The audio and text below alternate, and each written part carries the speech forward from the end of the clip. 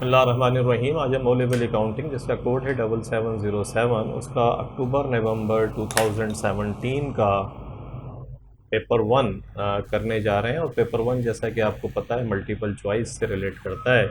और multiple choice के इस पेपर में क्वेश्चन नंबर 1 से लेके क्वेश्चन नंबर 15 तक ऑलरेडी रिकॉर्डेड हैं, जो मैं रिकॉर्ड करा चुका हूं। अगर आप क्राचीज एकेडमी के यूट्यूब चैनल पर जाएं तो क्राचीज एकेडमी के यूट्यूब चैनल पर एक फ़ोल्डर आपको मिलेगा अक्टूबर नवंबर 2017 MCQs का, उसके अंदर ये पड़ा हुआ है। तो क्वेश्चन नंबर 16 से आज हम अपने इस लेक्चर का स्टार्ट करते हैं।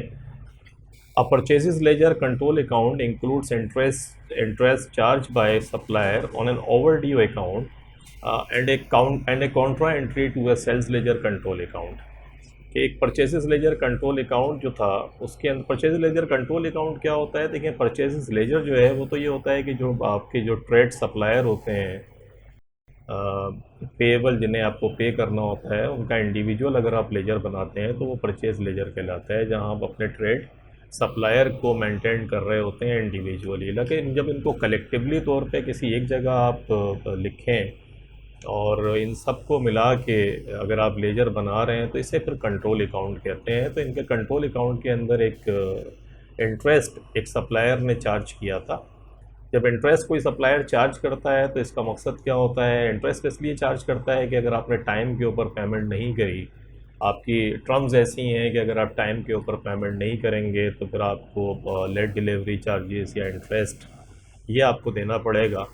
तो वो जो इंटरेस्ट उसने जब आपको चार्ज करा तो आप एंट्री क्या पास करेंगे, उसकी इंटरेस्ट को इंटरेस्ट एक्सपेंस, ये आपका एक्सपेंस है, इसको डेबिट कर देंगे। और ट्रेड सप्लायर जो है, ट्रेड पेएबल कह लें, इसको फिर आप क्रेडिट कर देंगे। तो एक्चुअली आपकी करंट लाइबिलिटी जो है क्या होगा, बढ़ेगी। इसलिए बढ़ेगी कि ये इंटरेस्ट भी अब आपको पे करना है। सेकंड वो कहता है contra entry to a sales ledger control account. ये कॉन्ट्रा एंट्री क्या होती है। कॉन्ट्रा एंट्री ये होता है कि वो जो हमारा जो सप्लायर था वो हो सकता है हमको ऐसी चीज़ें बेच रहे हैं, जैसे फॉर एग्जांपल समझने के लिए कि ये समझ लेते हैं कि जिसका हम ये ट्रांजैक्शन रिकॉर्ड कर रहे हैं, इसका बिज़नेस गारमेंट की इसकी शॉप है। गारमेंट की शॉप के अंदर क्या है कि मैंने अगर गारमेंट किसी सप्लायर से ख़रीदी तो अब मुझे उसको पे करना है, लेकिन वही सप्लायर अगर मेरी गारमेंट शॉप में आता है, क्योंकि मैं डिफरेंट सप्लायर से माल ख़रीदता हूँ और वो मुझसे भी कुछ ख़रीद कर ले जाता है, तो अब इसका मकसद क्या हुआ कि उससे मुझे पे करने हैं।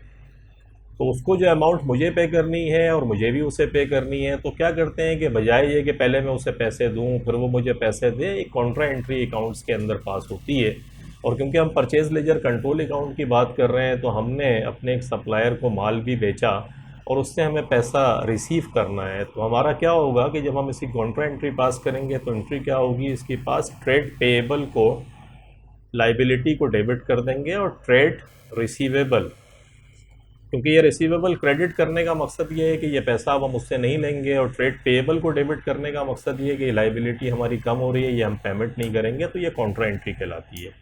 कॉन्ट्रा एंट्री का मकसद क्या होगा कि ट्रेड पेएबल को, क्योंकि हमारा सवाल जो है परचेज लेजर कंट्रोल अकाउंट से है, तो हम क्या करेंगे, परचेज लेजर कंट्रोल अकाउंट को डेबिट करेंगे कॉन्ट्रा एंट्री से, क्योंकि trade receivable sales ledger control account को हम क्रेडिट कर देंगे।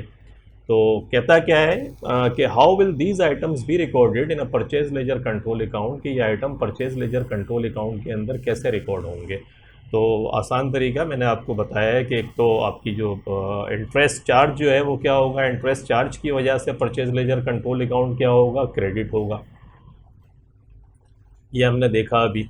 और उसके बाद कॉन्ट्रा एंट्री से क्या होगा कि ट्रेड पेएबल, मैंने आपको कहा कि परचेज लेजर जो है वो डेबिट हो जाएगा, तो देखें ये डेबिट साइड आ गई। तो इसका मकसद ये हुआ कि सी, हालांकि डी के अंदर देखें ये सी अपना जो क्रेडिट में लिख रहा है जो इनकरेक्ट है, ए और बी तो वैसे ही इनकरेक्ट हैं क्योंकि डेबिट नहीं होगा, तो फिर सी चॉइस जो है हमारी क्वेश्चन नंबर 16 के अंदर राइट चॉइस है। और उसकी लॉजिक मैंने आपको समझाई कि इंटरेस्ट क्या होगा, लाइबिलिटी को क्रेडिट करेगा, बढ़ाएगा, इंक्रीज़ करेगा, क्योंकि ये इंटरेस्ट भी आपको पे करना है, तो आप परचेज लेजर कंट्रोल अकाउंट को क्रेडिट करेंगे। कॉन्ट्रा एंट्री के अंदर क्या हो रहा है कि आपको जो पैसा रिसीव करना है अपने कस्टमर से वो अब आपको दे नहीं रहा है, उसके अगेंस्ट क्या कर रहे हैं, आप अपनी लाइबिलिटी को कम कर रहे हैं, क्योंकि आप ये पैसा उसको आप भी नहीं देंगे। तो फिर आपका purchase ledger control account debit हो जाएगा और सेल्स लेजर कंट्रोल अकाउंट आपका क्रेडिट हो जाएगा। तो ये 16 क्वेश्चन हो गया। क्वेश्चन नंबर 17 में आते हैं। The owner of A business paid $5,000 into the business bank account. के एक ओनर था बिजनेस का, उसने $5,000 बिजनेस के अंदर इन्वेस्ट करे बिजनेस बैंक अकाउंट के अंदर। तो इससे क्या होगा, इससे ये होगा कि बैंक डेबिट हो गया और कैपिटल जो है उसका वो क्या हुआ, बैंक डेबिट और कैपिटल क्रेडिट $5,000 से। अ लोन फॉर $10,000 रीपेबल इन 2020 के 2020 के अंदर एक लोन आपने लिया बैंक से जो आप पे करेंगे 2020 के अंदर, वॉज आल्सो ऑब्टेन्ड, आपने लिया, and the money use to purchase a motor vehicle, और जो भी पैसा आया उससे आपने मोटर व्हीकल ख़रीदी। तो मोटर व्हीकल को आप क्या करेंगे, डेबिट करेंगे। और बैंक लोन, ये बैंक लोन क्योंकि 2020 का है, साल हमें नहीं दिए हैं, जब भी ऐसा कोई सवाल आए तो आप एज्यूम करें ये आपकी नॉन करंट लाइबिलिटी है। और नॉन करंट लाइबिलिटी का मकसद है कि वो लाइबिलिटी जो मोर देन 1 ईयर, 1 साल के बाद आपको पे करनी है। तो ये 10,000 से आपने ये कर दिया। इम्पैक्ट क्या होता है, कहता है which changes would take place in the statement of financial position as a result of this transaction. की ये ट्रांजेक्शन्स जो आप कर रहे हैं इससे स्टेटमेंट ऑफ फाइनेंशियल पोजीशन के ऊपर क्या इम्पैक्ट पड़ेगा। देखिए स्टेटमेंट ऑफ फाइनेंशियल पोजीशन क्या होती है, assets is equal to equities.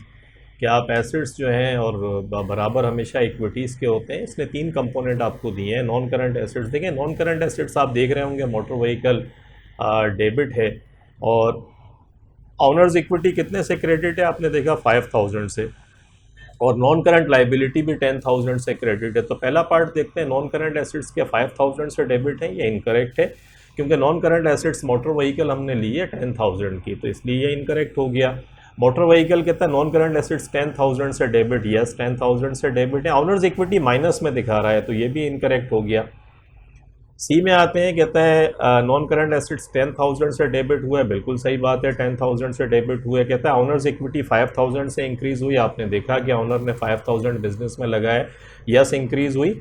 और कहता है नॉन करंट लाइबिलिटीज़ भी 10,000 से इंक्रीज़ हुई, बिल्कुल सही बात है, बैंक लोन आपको 2020 में पे करना है, आपकी नॉन करंट लाइबिलिटी में भी इजाफा हुआ। तो सी चॉइस आप देख रहे हैं कि आपकी सी चॉइस जो है वो राइट चॉइस है। डी में तो वो 15,000 से इक्विटी को क्रेडिट कर रहा है जो इनकरेक्ट है। तो सी चॉइस आपने 17 के अंदर देखा कि किस तरीके से सही होती है आपकी, और लॉजिक है इसकी बड़ी सिंपल कि आपको ये पता होना चाहिए कि नॉन करंट एसेट्स क्या होता है, नॉन करंट लाइबिलिटीज़ क्या होती हैं, ऑनर्स इक्विटी कब इंक्रीज़ होती है। तो सवाल आसान था कि ऑनर ने 5,000 इंजेक्ट किया था बिजनेस बैंक अकाउंट के अंदर, तो उसकी इक्विटी 5,000 से इंक्रीज़ हो गई।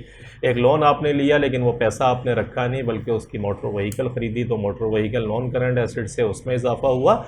और ये लोन जो आपको पे करना है ये भी आपकी लॉन्ग टर्म लाइबिलिटी है, उसमें भी 10,000 का इजाफा हुआ। क्वेश्चन नंबर 18 में आते हैं। Tariq started a business on 1 अक्टूबर 2016। तारिक ने एक बिज़नेस स्टार्ट किया 2016 के अंदर। ही प्रोवाइडेड द फॉलोइंग इन्फॉर्मेशन, उसने ये इन्फॉर्मेशन आपको प्रोवाइड करी। On 28 November 2016 he paid an insurance premium 1,800 for the year starting 1 दिसंबर 2016 के 1 दिसंबर 2016 को जो साल शुरू हो रहा है उसमें उसने 1,800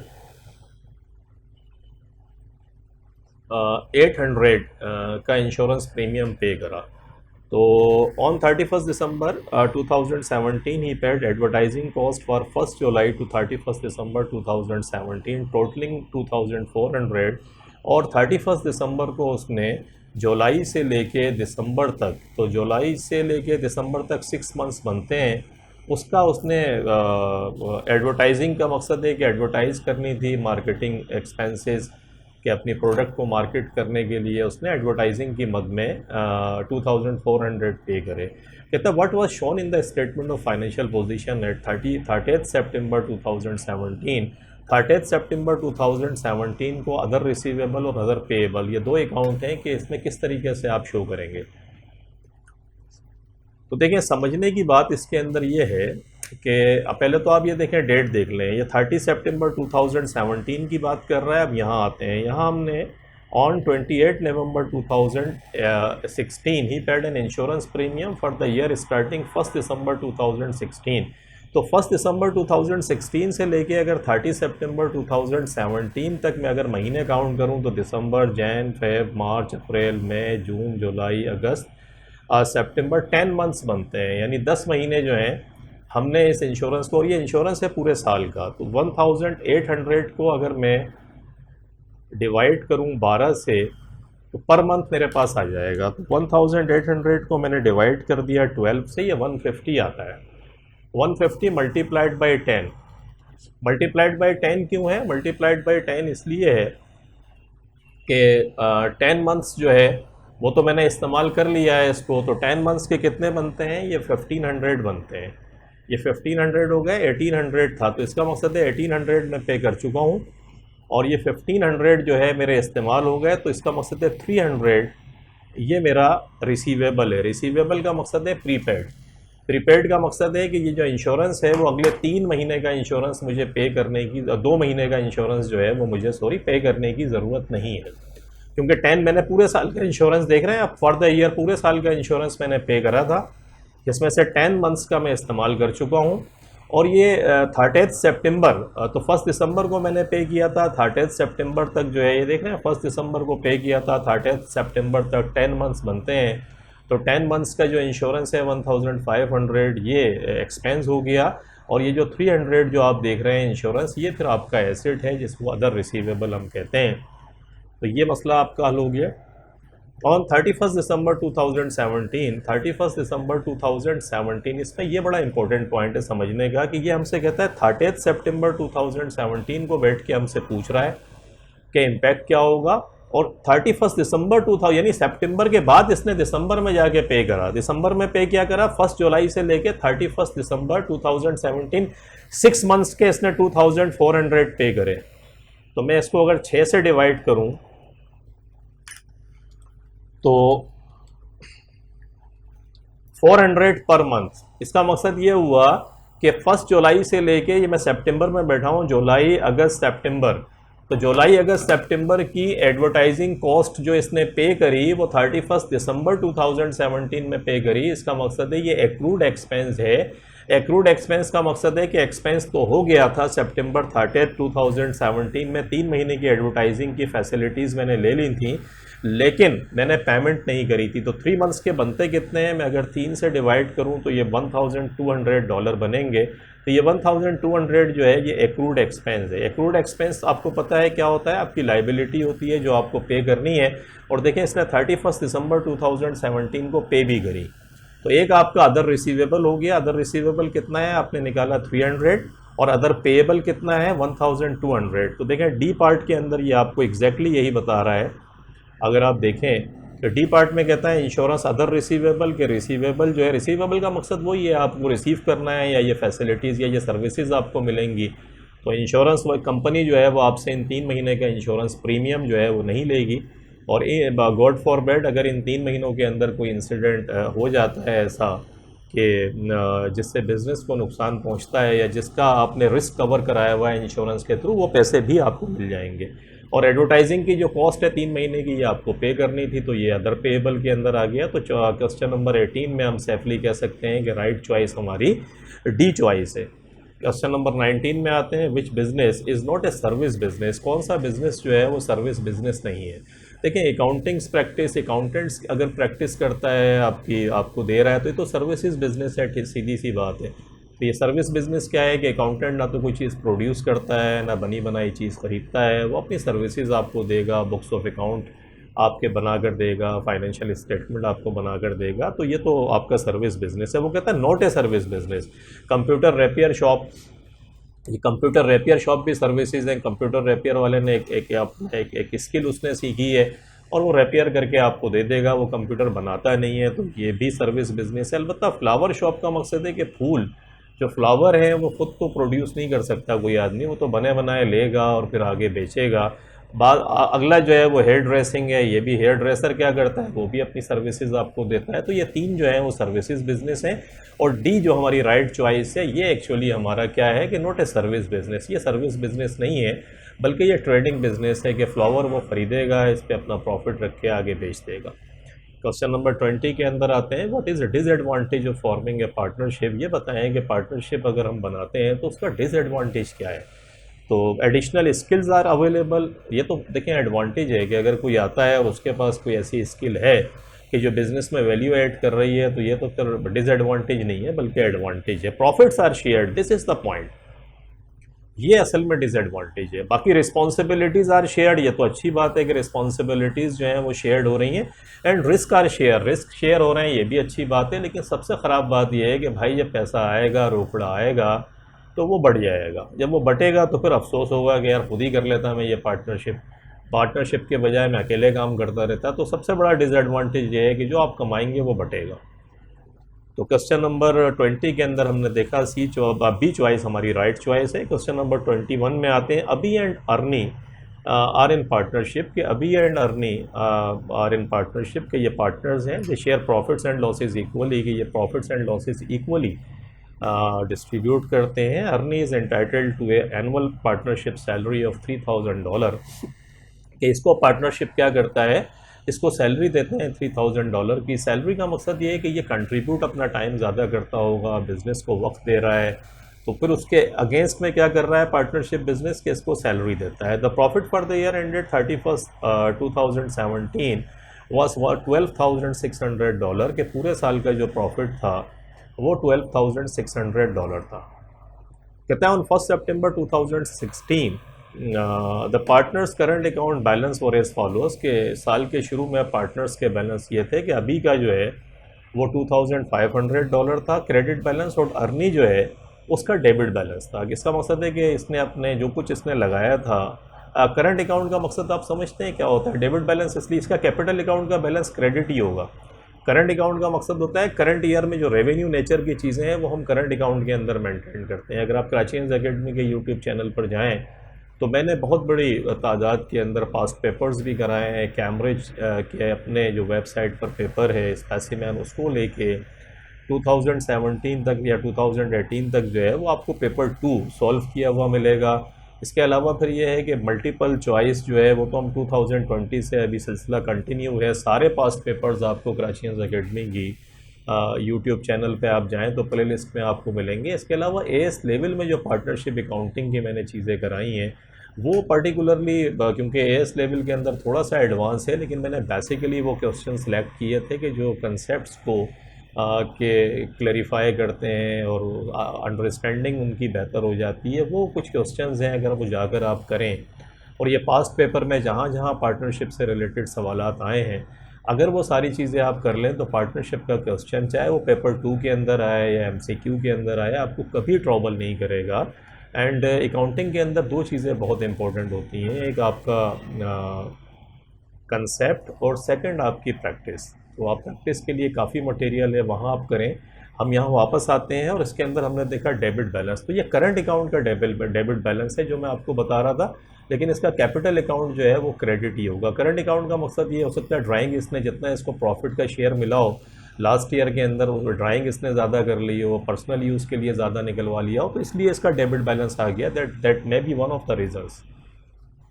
एनी हाउ हमें तो इस शक्ल के अंदर ये मिला है। What was the credit balance on earning is current account on 1 सितंबर 2017, जिस साल की ये बात हो रही है, जिसका प्रॉफिट जो है $12,600 है और जिसमें इसको सैलरी $3,000 मिली है, उसमें कहता है कि एंड का बैलेंस बताएं क्या होगा। डेबिट बैलेंस तो शुरू हुआ था, लेकिन इसको करने का आसान तरीका ये है कि सबसे पहले तो ये $12,600 में से आप ये सैलरी लेस कर दें, क्योंकि ये बिजनेस एक्सपेंस होता है।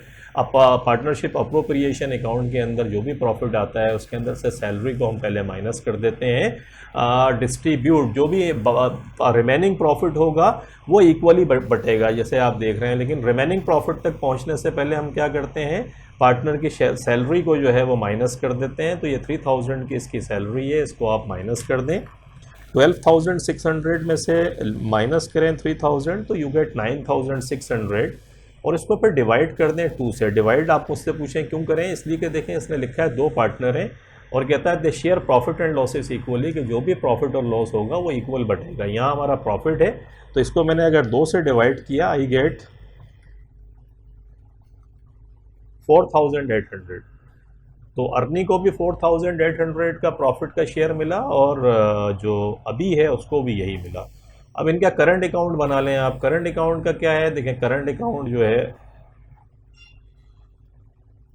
अर्नी का करंट अकाउंट अगर बनाए तो बैलेंस बीडी, ये डेबिट बैलेंस देखें इसने आपको दिया है 1,400 का। सैलरी इसकी, क्योंकि सैलरी हमने तो माइनस करी, लेकिन जब इसका करंट अकाउंट बनाएंगे तो उसमें सैलरी रिकॉर्ड करेंगे। तो सैलरी कितनी मिली इसको, 3000 की। और शेयर ऑफ प्रॉफिट कितना है, आपने देखा 4800। तो देखिए इसको प्लस कर लें, 4800 की सैलरी मिली, 3000 इसकी सैलरी थी, 7800 क्रेडिट में आ गया। और डेबिट के अंदर अब जो बैलेंस सीडी है, दोनों अकाउंट्स को इक्वल करने के लिए they both be I mean to 7800 in दोनों को होना चाहिए, लेकिन डेबिट में 1400 आप माइनस करते हैं। तो 7800 में से if you deduct $1400 you get 6400 का रिमेनिंग बैलेंस। और देखें ये क्रेडिट बैलेंस है क्योंकि क्रेडिट साइड आपकी ज़्यादा है। तो शुरू के अंदर जो डेबिट बैलेंस था वो तो चले था नहीं था, लेकिन इस साल इसको प्रॉफिट का शेयर मिला 4800, 3000 इसकी सैलरी थी, मिलके 7800 हो गए। और शुरू का नेगेटिव बैलेंस उसमें से माइनस कर दिया तो 6400 इसका बैलेंस आता है। और देखिए चॉइस जो आपकी सी है उसमें $6400 एग्जैक्टली उसने आपको दिए हैं। तो वी कैन सेफली से कि क्वेश्चन नंबर 21 के अंदर जो राइट चॉइस है हमारी वो सी है। आगे आते हैं, गोल्फ क्लब हैज़ 230 मेंबर्स के गोल्फ क्लब है जिसके अंदर 230 मेंबर्स हैं। द एनुअल सब्सक्रिप्शन इज़ $1000 के जो एनुअल हर मेंबर से जो सब्सक्रिप्शंस का मकसद है कि इस क्लब को चलाने के लिए रनिंग खर्चे जो इसके होते हैं उसके लिए मेंबर से सब्सक्रिप्शंस लेते हैं, वो क्लब की इनकम होती है जिससे वो अपने खर्चे पूरे करता है। तो जो एनुअल सब्सक्रिप्शन है वो $100 का है। कहता है at the beginning of the year subscriptions prepaid amounted to $1000 के साल के शुरू में कुछ मेंबर्स ऐसे थे जिन्होंने एडवांस के अंदर पेमेंट कर दी थी। एडवांस के अंदर पेमेंट करने का मकसद है प्रीपेड कि वो जो नेक्स्ट ईयर है, इस साल की हम बात कर रहे हैं, इस साल के अंदर वो पेमेंट ये $1000 नहीं करेंगे क्योंकि उन्होंने एडवांस लास्ट ईयर पे कर दिया था। And at the end of the year subscriptions in arrears amounted to $1500। और कुछ मेंबर ऐसे थे कि इस साल के एंड तक उन्होंने अपना सब्सक्रिप्शंस जो $100 देख रहे हैं ये उन्होंने पे नहीं करा। How much did the club receive the subscriptions during the year, ये बताएं कि क्लब ने इस साल के अंदर टोटल सब्सक्रिप्शंस मेंबर से कितना रिसीव किया। This is very easy question. सबसे पहले तो आप ये करेंगे 230 मेंबर्स हैं आपके और $100 एक आदमी को देना होता है, उसका मेंबरशिप का है जो सब्सक्रिप्शंस उसको देनी है। तो 230 को मल्टीप्लाई कर दें $100 से, ये बनता है 23,000, यानी $23,000 आने चाहिए थे आपके पास। इस $23,000 के अंदर कुछ लोग ऐसे थे जो लास्ट ईयर पे कर चुके हैं, देख रहे हैं ये प्रीपेड, तो वो इस साल पे नहीं करेंगे। तो इसका मकसद है इसमें से आप ये 1000 जो प्रीपेड की अमाउंट है उसको माइनस कर दें, क्योंकि ये उन्होंने पिछले साल ही पे कर दिया था। तो 23,000 में से ये 1000 माइनस करें, ये $22,000 बचता है जो आपके पास आना चाहिए था। इसके अंदर से भी कुछ ऐसे मेंबर्स थे जिन्होंने पेमेंट नहीं करी $1500 की, एरियर्स में पड़ा हुआ है। तो इसके अंदर से $1500 और माइनस कर दें, तो $1500 माइनस करें तो 20,000 इस साल आपके पास एक्चुअली जो मेंबर्स ने पैसे दिए वो $20,500 मेंबर ने आपको पे करी। लॉजिक मैंने उसकी बड़ी सिंपल बताई। इसने दिया हुआ था 230 मेंबर्स हैं आपके पास, $100 का सब्सक्रिप्शन है, आपने मल्टीप्लाई करके पूरे साल का निकाल लिया, उसमें से लेस कर दिया आपने प्रीपेड जो पिछले साल लोग एडवांस में पे कर चुके थे। जब आप पे कर चुके हैं एडवांस तो इस साल के अंदर तो पेमेंट नहीं करेंगे, वो माइनस हो गए। और कुछ मेंबर्स ऐसे थे जिन्होंने पैसे दिए ही नहीं, वो $1500 था, वो माइनस करा तो बैलेंस आ गया आपके पास। आप यहाँ देखें तो चॉइस ए के अंदर $20,500 इसने दिया है। तो राइट चॉइस 22 के अंदर अगर मैं देखूँ तो मैं कह सकता हूँ कि ए चॉइस है मेरी। 23 के अंदर आते हैं, what would not appear in the income and expenditure account of a sports club. के स्पोर्ट्स क्लब जो है non profit organisation, again I would repeat कि पास्ट पेपर्स बहुत बड़ी तादाद के अंदर पड़े हुए हैं, उसमें ये non profit organisation, sports club, ये मैंने बहुत सारे सवाल कराए हैं। अगर किसी बच्चे के जो देख रहा है इस टाइम उसके ये कंसेप्ट्स अगर सही नहीं है तो go to the Prachin's academy YouTube channel and again go to the playlist, you will find a lot of the past papers over there. Search for the golf ये जो sports club non profit organisation, उसका title में मिलेगा video का आपको, वो फिर आप देख लें तरतीब से। अगर कुछ लेक्चर्स, तो अगर कंसेप्ट्स आपके क्लियर नहीं भी हैं तो इंशाल्लाह आपकी समझ में भी आ जाएगा and you will be able to I mean to say attempt not only the MCQ paper बल्कि पेपर 2 भी आप आराम से अटैम्प्ट कर लेंगे। तो अभी ये कहता है कि what would not appear in the income and expenditure account of a sports club. तो क्या क्या चीज़ अपीयर, देखिए इनकम एंड एक्सपेंडिचर क्या होता है, नॉन प्रॉफिट ऑर्गेनाइजेशन जब प्रॉफिट ऑर्गेनाइजेशन होती है, जैसे हम ट्रेडिंग मैन्युफैक्चरिंग बिजनेस कहते हैं, इसके अंदर इनकम स्टेटमेंट हम बनाते हैं। नॉन प्रॉफिट के अंदर तो ये है कि जो कुछ आएगा जो बचेगा वो अगेन फिर री इन्वेस्ट कर देते हैं, फिर उसको उसी बिजनेस में लगा देते हैं क्लब के अंदर, ताकि मेंबर्स की फैसिलिटीज़ उनको और फैसिलिटेट करते हैं। तो लेकिन इनकम एंड एक्सपेंडिचर नाम से शो हो रहा है कि इनकम आएगी और एक्सपेंसेस आएंगे। तो डेप्रिसिएशन आपको एक्सपेंस है, आपको पता है, ये तो आएगा। इंश्योरेंस जो है, जो आपने इक्विपमेंट का कराया हुआ है कि इक्विपमेंट को अगर कुछ हो गया तो इंश्योरेंस कंपनी आपको पे करेगी, ये भी एक्सपेंस है आपका। रिपेयर्स तो है ही एक्सपेंस। तो ये 3 एक्सपेंस हैं इनकम एंड एक्सपेंडिचर के अंदर जाएंगे। अलबत्ता जो स्पोर्ट्स इक्विपमेंट आपने ख़रीदी चॉइस ए, ये आपका नॉन करंट एसेट्स है जो स्टेटमेंट ऑफ फाइनेंशियल पोजीशन में जाएगा। इसका डेप्रिसिएशन अलबत्ता जो नीचे वो दे रहा है, ये तो इनकम एंड एक्सपेंडिचर में जाएगा। तो 23 के अंदर जो राइट चॉइस है वो ए चॉइस आपकी है। क्वेश्चन नंबर 24 में आते हैं। Karim did not keep proper accounting records, कि करीम जो है प्रॉपर अकाउंटिंग रिकॉर्ड्स नहीं रखता। इनकम्प्लीट सिंगल एंट्री के ट्रेडर्स, अगर स्मॉल ट्रेडर्स होते हैं तो definitely they are not able to hire a full fledge accountant जो पूरी अकाउंटिंग करे। तो ये अपने हिसाब से इंफॉर्मेशन जो इनको लगती है इंपॉर्टेंट है वो ये रख लेते हैं, बना रहे होते हैं, मेंटेन कर रहे होते हैं। लेकिन अकाउंटिंग कंसेप्ट्स यूज़ करके जो मिसिंग फिगर्स है वो आप निकाल सकते हैं आराम से, अगर आपके कंसेप्ट सही हैं तो। But was able to provide the following information, लेकिन उसने ये इन्फॉर्मेशन आपको दी। कैपिटल एट 1 जनवरी के कैपिटल शुरू के अंदर इतना था। ड्राइंग पर्सनल यूज़ के लिए $8,500 आपने निकाले। Capital introduce into the year कि $15,000 मज़ीद बिजनेस के अंदर आपने लगाया। कैपिटल एट 31 दिसंबर, जो कैपिटल साल के एंड में आया। साल के एंड का कैपिटल क्या होता है, जिसमें प्रॉफिट, आप प्रॉफिट और लॉस को एडजस्ट करने के बाद ही, क्योंकि जितना प्रॉफिट और लॉस है वो कहाँ जाएगा, कैपिटल में जाएगा। तो एडजस्टेड कैपिटल आपका $82,500 है। कहते हैं what was the profit for the year, ये बताएं भाई कि प्रॉफिट है कितना साल का। तो आसान तरीका है इसका, सिंपल सा, ये जो शुरू का कैपिटल है 58,000, इसके अंदर से लेस कर दें आप ड्राइंग। ड्राइंग आपको दी हुई है $8,500 की। ड्राइंग तो आपको पता है कि पर्सनल यूज़ के लिए निकाली है, तो 8,500 आपने माइनस करी, $49,500। इसके अंदर मज़ीद कैपिटल इंट्रोड्यूस, तो फर्दर इन्वेस्टमेंट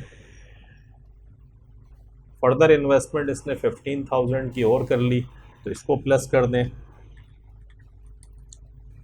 64,500 ये आता है। और इसके बाद अगर आप देखें तो कैपिटल एट एंड, इसमें से लेस कर दें कैपिटल एट एंड, क्योंकि देखिए हमारे हिसाब से तो कैपिटल ये होना चाहिए था 64,500। इसमें प्रॉफिट और लॉस ऐड हुआ होगा तो फिर ये एंड तक पहुँचे ना। एंड का इसने आपको दिया हुआ है 82,500। अगर इसमें से 82,500 आप माइनस करें तो एग्जैक्टली ये आपके पास 18,000 आता है। और ये 18,000, देखें ये 18,000 कैसे आया, आपने निकाला यहाँ से कि 64,500 तक तो आपकी समझ आ गया होगा कि ओपनिंग का कैपिटल दिया हुआ है, ड्राइंग माइनस कर दें, मज़ीद जो कैपिटल इसने बिज़नेस में लगाया है वो प्लस कर दें, तो एक्चुअली ये कैपिटल आपके पास आया। लेकिन एंड का कैपिटल इसने दिया हुआ है, इन दोनों का डिफरेंस निकालें तो एक्चुअली ये आपका प्रॉफिट है, क्योंकि एंडिंग कैपिटल की फिगर ज़्यादा है। अगर ये कम होती तो ये लॉस होता, ये ध्यान में रखिएगा। देखिए एंडिंग कैपिटल आपका ज़्यादा है इसलिए ये प्रॉफिट है। अगर ये फिगर कम होती है एंड की तो इसका मकसद है फिर लॉस हुआ है, इसी का लॉस की वजह से तो फिर ये कैपिटल कम हुआ होगा।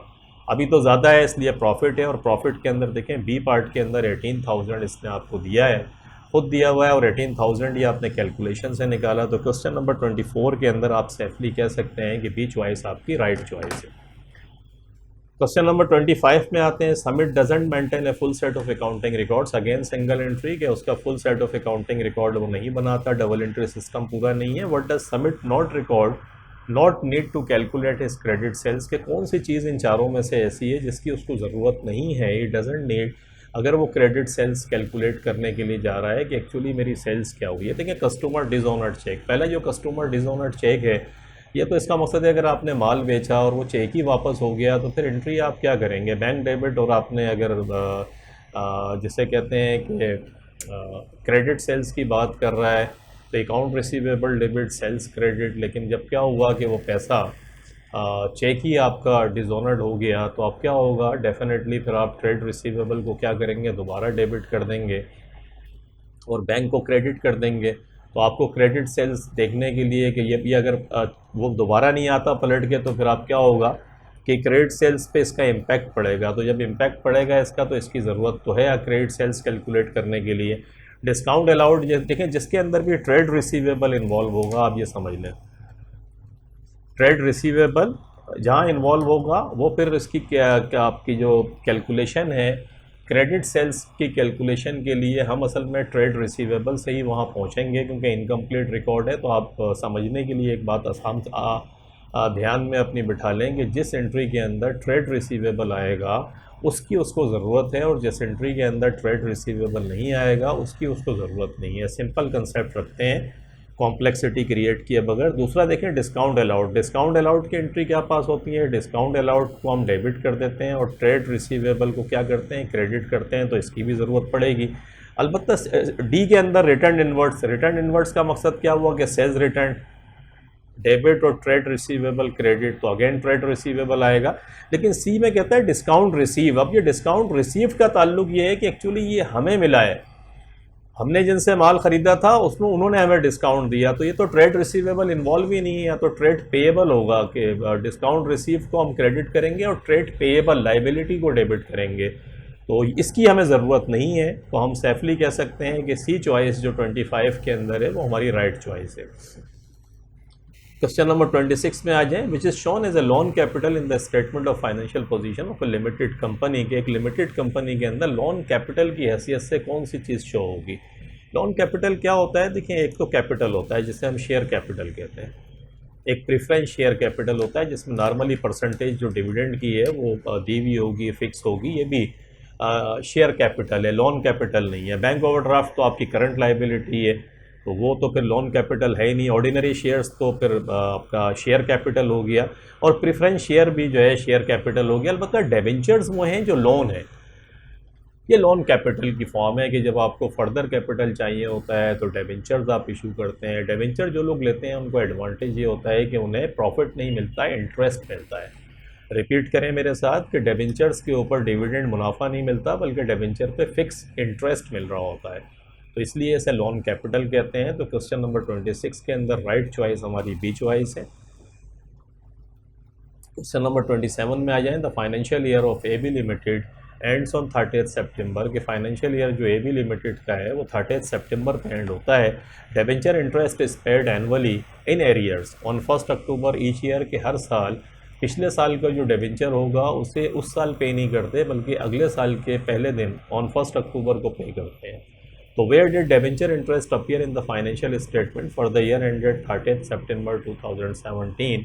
कि ये इंटरेस्ट बताएं कैसे शो होगा। तो देखिए इसके दो तरीके हैं। ये जो इंटरेस्ट है डेवेंचर, जो मैं ऊपर भी बता के आ रहा हूँ, डेवेंचर्स आपकी लाइबिलिटी है लोन कैपिटल जिस पे इंटरेस्ट पे करना होता है, क्योंकि आप पे करते हैं अगले साल के पहले दिन। तो एंट्री क्या पास करेंगे, यहाँ से समझ लेते हैं। इंटरेस्ट एक्सपेंस ये तो पूरे साल का एक्सपेंस भी है, और एक्रूड इंटरेस्ट एक्सपेंस को क्रेडिट कर देते हैं। ये एक्रूड इंटरेस्ट एक्सपेंस आपकी लाइबिलिटी है, और इंटरेस्ट एक्सपेंस जो है वो आपका एक्सपेंस है। तो एक्सपेंस तो इनकम स्टेटमेंट के अंदर जाएगा, और एक्रूड एक्सपेंस आपकी लाइबिलिटी बन के स्टेटमेंट ऑफ फाइनेंशियल पोजीशन में शो होगा। तो देखिए इसके अंदर इनकम स्टेटमेंट के अंदर जाएगा, बिल्कुल जाएगा। Statement of changes in equity के अंदर ये बिल्कुल नहीं जाएगा, तो इसलिए ये चॉइस इनकरेक्ट है। इसलिए नहीं जाएगा, statement of changes in equity के अंदर सिर्फ इक्विटी से रिलेटेड यानी शेयर कैपिटल वगैरह से रिलेटेड चीज़ें जाती हैं।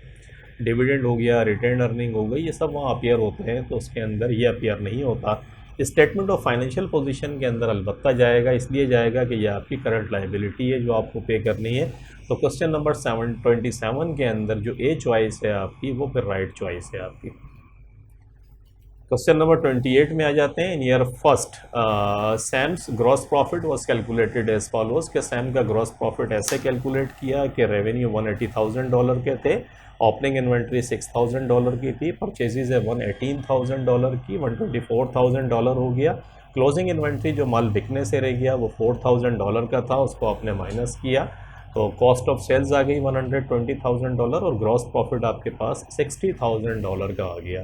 कहता है near to the amount of revenue and gross profit was the same. कि दूसरे साल के अंदर जो रेवेन्यू था और जो ग्रॉस प्रॉफिट था वो सेम था एज इन ईयर वन में जो कुछ था, but the purchases increase to $124,000, लेकिन परचेजेज $118,000 से बढ़ के $124,000 हो गई।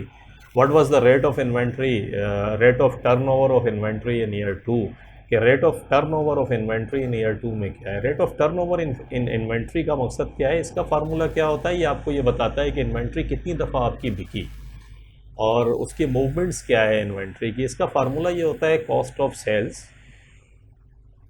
Divided by average inventory. Average inventory क्या, कॉस्ट ऑफ सेल्स की फिगर जैसे देखें वो तो आपको पता है कैसे निकालते हैं। एवरेज इन्वेंट्री क्या होती है, ओपनिंग प्लस एंडिंग को प्लस करें और उसको 2 से डिवाइड कर दें तो फिर आपके पास ये आ जाएगा। लेकिन द प्रॉब्लम इज़ दैट कि हमें बहुत सी फिगर्स नहीं पता। हमें ये नहीं पता कि परचेजेस तो हमें पता है, ओपनिंग इन्वेंट्री नहीं पता और एंडिंग इन्वेंट्री नहीं पता हमें। तो ओपनिंग इन्वेंट्री तो देखें हमें आराम से पता चल जाएगी। हम इस सवाल को ऐसे ही कर लेते हैं कि रेवेन्यू 180,000 के, ये हमसे कहता है कि इसके अंदर तो कोई चेंज नहीं आया, हमने ऐसे ही लिख दिया। ओपनिंग इन्वेंट्री, ये जो एंडिंग इन्वेंट्री है ये ईयर 2 के अंदर जाके क्या बन जाएगी, ओपनिंग इन्वेंट्री, तो हमने ओपनिंग इन्वेंट्री के सामने इसको लिख दिया। परचेजेस हमें बता रहा है कि $124,000 की हो गई, देख रहे होंगे आप ये दिया हुआ है, इन दोनों को मैंने प्लस कर लिया तो $128,000 हो गया। एंडिंग इन्वेंट्री मुझे नहीं पता, थोड़ी देर के लिए मैं ऐसे ही लिख देता हूँ और मैं यहाँ भी ऐसे ही आ जाता हूँ कि मुझे नहीं पता। अलबत्ता ये कहता है ग्रॉस प्रॉफिट अगले साल का सेम है, वही 60,000 जो इस साल था देखें वही वो कहता है दूसरे साल का भी है। यहाँ देखें रेवेन्यू एंड ग्रॉस प्रॉफिट, तो रेवेन्यू भी सेम है और ग्रॉस प्रॉफिट भी सेम है। अब रेवेन्यू अगर सेम है ग्रॉस प्रॉफिट, तो देखें ये जो रेवेन्यू है इसमें से कॉस्ट ऑफ सेल्स माइनस की होगी तो आपने ग्रॉस प्रॉफिट आया है ना। तो 180,000 में से 60,000 जो ग्रॉस प्रॉफिट है वो माइनस कर दें तो डेफिनेटली यहाँ जो फिगर होगी $120,000 की फिगर यहाँ पर होगी। और $120,000 जब हमने $180,000 से माइनस किया तो 60,000 आया। ये 120,000 कैसे आया है कि गुड्स अवेलेबल फॉर सेल्स में से एंडिंग इन्वेंट्री माइनस करी तो 120,000 आया। तो 128,000 में से अगर मैं 120,000 माइनस कर दूं तो एंडिंग इन्वेंट्री की फिगर मेरे पास आ गई, वो 8,000 है।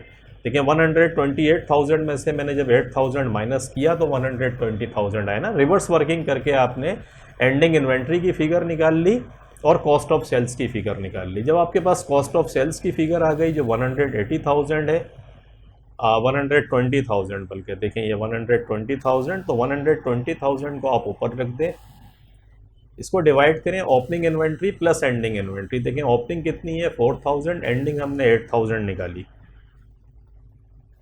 तो 4,000 प्लस 8,000 डिवाइडेड बाय 2 तो क्या हो गया $120,000 डिवाइडेड बाय 8 और 4 8 और 4 12 को 2 से डिवाइड किया तो $6,000 आता है।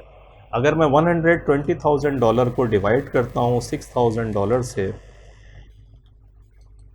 आई गेट 20, यानी पूरे साल के अंदर इन्वेंट्री 20 इसका टर्नओवर रहा कि 20 टाइम्स इन्वेंट्री आपकी बिकी। और 20 टाइम्स देखें ए चॉइस के अंदर उसने आपको दिया हुआ है। तो क्वेश्चन नंबर 28 के अंदर आप सेफली कह सकते हैं कि 28 में जो आपकी राइट चॉइस है वो ए चॉइस है। और उसकी लॉजिक मैंने आपको बताई कि मिसिंग फिगर्स आपके पास थी, मिसिंग फिगर्स आपने कैलकुलेट करी, एवरेज इन्वेंट्री क्योंकि आपके पास ओपनिंग एंडिंग इन्वेंट्री गायब थी, आपके पास कॉस्ट ऑफ सेल्स गायब थी, ये दोनों आपने कैलकुलेट करके इसको निकाल लिया। तो अगर आपके कंसेप्ट सही हैं और ये कैलकुलेशन समझ में आ गई तो राइट चॉइस तक पहुंचना आपके लिए आसान है, जैसे हम पहुंचे हैं।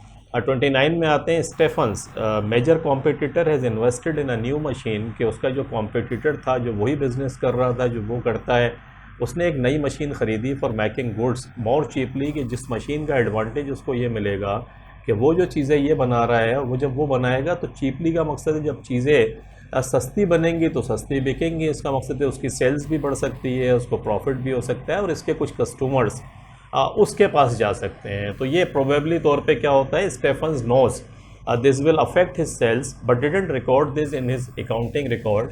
इससे उसको अंदाज़ा तो है कि इसकी सेल्स जो है उस पर अफेक्ट होगा, अफेक्टेड होगी, लेकिन उसने उसको रिकॉर्ड नहीं करा। Which accounting principle in Stefan is Stefan applying, के कौन सा अकाउंटिंग प्रिंसिपल स्टेफन अप्लाई कर रहा है। देखिए एक होता है मनी मेजरमेंट, जो चॉइस सी है आपकी। गोइंग कंसर्न का मकसद तो ये है कि अगर बिज़नेस की कंटिन्यूटी है, बिज़नेस फोर्सिएबल फ्यूचर तक चलता रहेगा। मटेरियलिटी ये है कि आप मटेरियलिटी देखते हैं किसी चीज़ की, अगर डिसीज़न मेकिंग पे जो चीज़ें इम्पैक्ट करती हैं वो मटेरियल होती हैं। प्रूडेंस ये है, प्रूडेंस के तहत आप बैड डेट्स एक्सपेंस को रिकॉर्ड करते हैं, आप प्रोविज़न फॉर डाउटफुल डेट्स को रिकॉर्ड करते हैं कि एक्सपेक्टेड आपको है कि फ्यूचर में कस्टमर्स नहीं देंगे। तो ये 3 एग्जाम्पल तो इसकी हैं। मनी मेजरमेंट का मकसद है हर वो चीज़ जिसको आप मेजर ना कर सकें मनी फॉर्म के अंदर, उसकी रिकॉर्डिंग अकाउंटिंग में नहीं करते। अब ये जो चीपली बना रहा है गुड्स, वो हो सकता है उनकी क्वालिटी ख़राब हो जाए, तो चीपली पड़ तो रही हैं, लेकिन अगर क्वालिटी अफेक्ट होगी तो हो सकता है कि ये इम्पैक्ट, और अगर इम्पैक्ट ना पड़े, और अगर इम्पैक्ट पड़ेगा तो कितना पड़ेगा, ये सब वो बातें हैं जो फ्यूचर में होनी है। और इसको हम मनी मेजरमेंट नहीं कर सकते कि एक्चुअली कितना हमारी सेल्स कितना अफेक्टेड होगी, और वो चीज़ें जो आप मेजर ना कर सकें उसे अकाउंटिंग में रिकॉर्ड नहीं करते। इस प्रिंसिपल को मनी मेजरमेंट प्रिंसिपल कहते हैं, तो ये आप जहन में रखिएगा। क्वेश्चन नंबर 30 में आते हैं। At the end of the financial year Umar's inventory was 100 units, कि उमर की इन्वेंट्री 100 यूनिट्स थी, of which 10 units were damage, उसमें से 10 यूनिट्स जो थे वो डैमेज थे, and could not be sold, और वो इस काबिल हो गए थे कि वो बिक ही नहीं सकते थे। अब लॉस हो गया, आपको एक तरीके से समझ लें। The selling price per unit is $500, कि सेलिंग प्राइस जिस पे ये इन्वेंट्री बिकेगी वो $5 है, and cost price per unit is $350, और उसकी कॉस्ट जो है वो $350 है। तो इन दोनों में से जो लोएस्ट है वो कॉस्ट है हमारी, और आपको पता है कि लोअर ऑफ कॉस्ट और नेट रियलाइजेबल वैल्यू, कि जो आपको मिलेगी वैल्यू और जो कॉस्ट है, इन दोनों में से जो कम होता है उस पर इन्वेंट्री को रिकॉर्ड करते हैं। ये प्रिंसिपल जहन में रखिएगा आपने। तो 3.5 के ऊपर रिकॉर्ड होगी। 10 यूनिट्स तो आपके ख़राब हो गए हैं, तो 100 में से पहले 10 यूनिट्स को माइनस कर दें, क्योंकि ये 10 यूनिट्स अब इस लायक ही नहीं है, ये आपका लॉस हो गया। 90 यूनिट्स बचे हैं, जिसको 3.5 जो इसकी कॉस्ट है उस पर रिकॉर्ड होगा। तो 90 को 3.5 से आपने मल्टीप्लाई करा, यू गेट $315। $315 के ऊपर ये इन्वेंट्री रिकॉर्ड होगी, और हमारे पास चॉइस ए के अंदर $315 उसने दिए हैं, तो ये हमारी राइट चॉइस हो गई। क्वेश्चन नंबर 30 हमारा ख़त्म हुआ, और इस सवाल के साथ ही ये पेपर भी हमारा ख़त्म हो गया। इंशाल्लाह हम 2016 का पेपर जो है वो करेंगे, क्योंकि एग्ज़ाम्स जो MCQs से रिलेटेड जो एग्ज़ाम है इस दफ़ा जो हो रहा है, जुलाई के एंड में आपका पेपर है, तो MCQs से रिलेटेड मैं जो पेपर रिकॉर्ड करा रहा हूँ उसका पर्पज़ भी यही है कि आप इनकी प्रैक्टिस करें, ताकि ये पेपर आराम से आप हैंडल कर सकें एग्ज़ाम के अंदर। और जो क्वेश्चंस मैं कराता हूँ, क्योंकि ये रिपीट हो रहे हैं और बार बार रिपीट, अकाउंटिंग के अंदर 2 चीज़ें होती हैं, as I have told you earlier, कि एक होती है आपके कंसेप्ट्स का क्लियर होना, एक होता है आपकी प्रैक्टिस। अगर आपके कंसेप्ट्स बहुत अच्छे भी हैं but you are not practising, तो take my words, you won't be able to handle the paper in the exam easily, और rather you will be in hot water, और आपके लिए ये जो टाइम मैनेजमेंट है ये मुश्किल हो जाएगी। इसको जितनी दफ़ा आप प्रैक्टिस करेंगे that will become the second nature part of आपकी जो प्रैक्टिस है, हैबिट का पार्ट हो जाएगा ये। और वो इतना ज़्यादा करने के बाद ऑटो के ऊपर आप चले जाएंगे कि आप आराम से इसको विद इन टाइम हैंडल भी कर सकते हैं, एंड इंशाल्लाह you will be able to get A+ in your exam. So the best thing for practising is the past paper, के पास्ट पेपर को आप जितना प्रैक्टिस करेंगे इतनी आपकी ज़िंदगी आसान होगी। कराचीज़ एकेडमी के अगर यूट्यूब चैनल पर जाएँ तो you will find a lot of the things for practising past papers, बहुत बड़ी तादाद के अंदर आपको मिलेंगे, एंड इट्स वेरी गुड कि हार्ड कॉपीज़ के अंदर, हार्ड फॉर्म के अंदर तो मिलते ही हैं पास्ट पेपर्स, लेकिन ये सारे जो है सॉफ्ट फॉर्म के अंदर बाकायदा सॉल्व करे हुए आपको मिल रहे हैं, जो आपको समझाया भी जा रहा है कि ये क्या है। तो इससे फ़ायदा उठाएं, अपने दोस्तों में भी इसको शेयर करें, और इंशाल्लाह मिलते हैं 2016 के पेपर के साथ। Thank you very much for watching the video. Take care, अपना बहुत ख्याल रखिएगा। अल्लाह हाफ़िज़।